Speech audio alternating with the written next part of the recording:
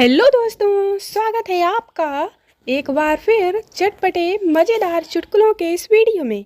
आइए शुरू करते हैं आज के चटपटे चुटकुले।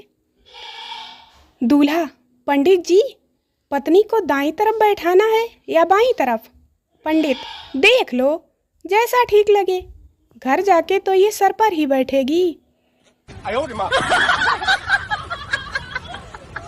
लल्लू: हम पति पत्नी के बीच हर समय झगड़ा क्यों होता रहता है, मुझे तो समझ नहीं आता। यदि आप समझ जाएं तो मुझे भी समझाइएगा। किस्सा नंबर 1। मैं टीवी पर फिल्म देख रहा था। बाजार से लौटी मेरी पत्नी ने पूछा, क्या देख रहे हो? टीवी पर पड़ी हुई धूल, मैंने उत्तर दिया। बस तुरंत झगड़ा शुरू हो गया। No. किस्सा नंबर 2। मेरी पत्नी ने कहा, आज महंगी चीज़ें बिकने वाली किसी जगह पर ले चलो। मैं उसे पेट्रोल पंप पर ले गया और झगड़ा शुरू हो गया। किस्सा नंबर 3। सर्राफा बाजार से गुजरते हुए मेरी पत्नी ने कहा, मेरे गले के लिए कुछ दिला दो। मैंने तुरंत एक केमिस्ट से स्ट्रेप्सिल्स का पत्ता लेकर दे दिया और हमारा झगड़ा शुरू हो गया। किस्सा नंबर 4। एक दिन कार से कहीं घूमने के लिए जाते हुए मेरी पत्नी बोली, आज कहीं ऐसी जगह ले चलो जहां मैं बहुत समय से ना गई हूँ। मैं उसे अपनी माँ के घर ले गया और उसका मेरा झगड़ा शुरू हो गया। किस्सा नंबर 5। एक दिन पत्नी बोली, सामने वाले शर्मा जी ऑफिस से आते ही मिसेस शर्मा को गले लगाते हैं, आप ऐसा क्यों नहीं करते? मैंने कहा, मैं गले लगा तो लूं, मगर मिसेस शर्मा यदि बुरा मान गई तो? फिर झगड़ा। अब आप ही बताओ क्या करूं? मैं तो बस यही कह सकता हूँ कि ये शादी नहीं आसान, बस इतना समझ लीजिए, हरी मिर्च की टॉफ़ी है और चूस कर खानी है। प्रतियोगिता में शर्त लगी थी कि खुशी को 3 शब्दों में लिखो। सब पुस्तकें पलटने लगे। मैंने लिखा, पत्नी मायके गई। भाई साहब, आयोजक मुझे स्टेज तक उठा के ले गए, जाके खूब सम्मान करा और बैंड बाजे से घर तक छोड़ गए। अब घर के बाहर बैठा हूँ, पत्नी दरवाजा ही नहीं खोल रही।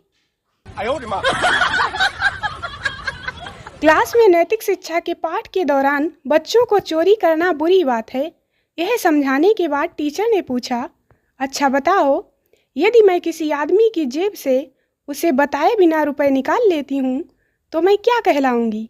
एक बच्चे ने हाथ उठाकर बताया, उस आदमी की बीवी।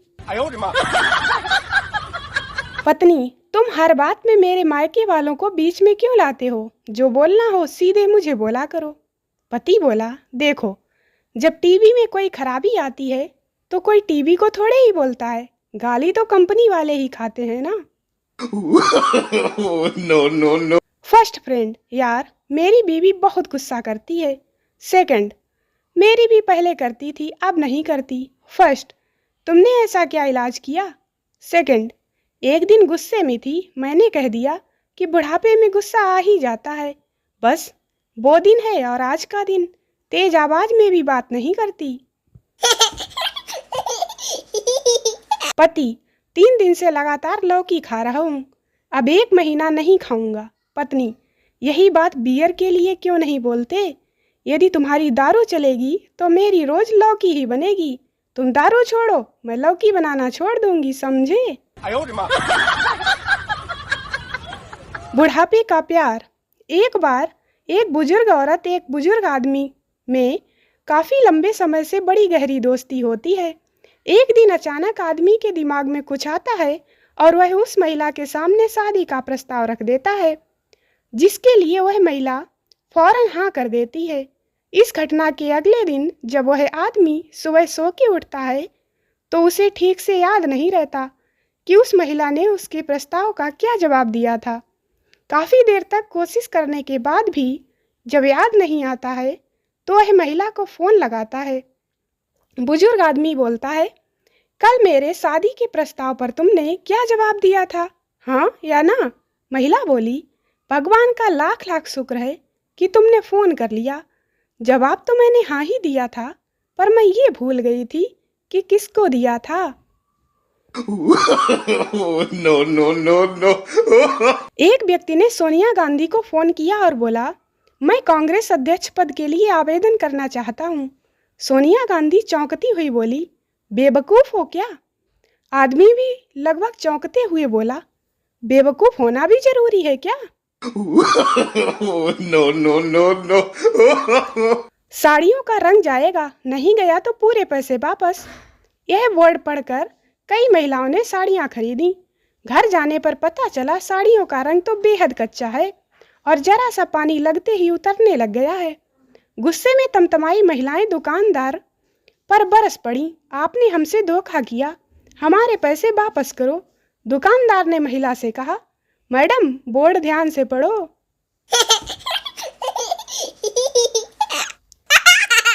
पति, देखो मैंने अपना 10 लाख का बीमा करवाया है। पत्नी, इससे क्या होता है? बात तो तब है जब पैसा हाथ में आ जाए। वाइफ, मैं आपसे बात नहीं करूंगी। हस्बैंड, ठीक है। वाइफ, क्या तुम कारण नहीं जानना चाहते? हस्बैंड, नहीं, मैं तुम्हारे फैसले की इज्जत करता हूँ। वाइफ, शादी में फेरों के वक्त, सुनो जी, आज से आपके बिना मैं नहीं और मेरे बिना आप नहीं। 1 साल बाद। रुक जा कमीने, या तो आज तू नहीं या मैं नहीं। No, no, no, no. भक्त, भगवान मैं पापी हूँ, मुझे दर्द दो, दुख दो, मुझे बर्बाद कर दो, परेशानी दो, मेरे पीछे भूत लगा दो। भगवान, अबे एक लाइन में बोलना कि बीवी चाहिए। No, no, no, no. Gandhi ji अपने पिता की चौथी पत्नी के बेटे थे। बाबा साहब अपने पिता की 14वीं संतान थे। रविंद्रनाथ टैगोर भी 14वीं संतान थे। सुभाष चंद्र बोस 14 संतानों में 90 नंबर पर थे। विवेकानंद जी 10 संतानों में से 6ठे नंबर पर थे। कमबख्त, हम दो और हमारे दो के चक्कर में महापुरुष पैदा होने ही बंद हो गए। दोस्तों, वीडियो को लाइक करें, शेयर करें, चैनल को सब्सक्राइब जरूर करें। मिलते हैं अगले वीडियो में, तब तक के लिए बाय बाय।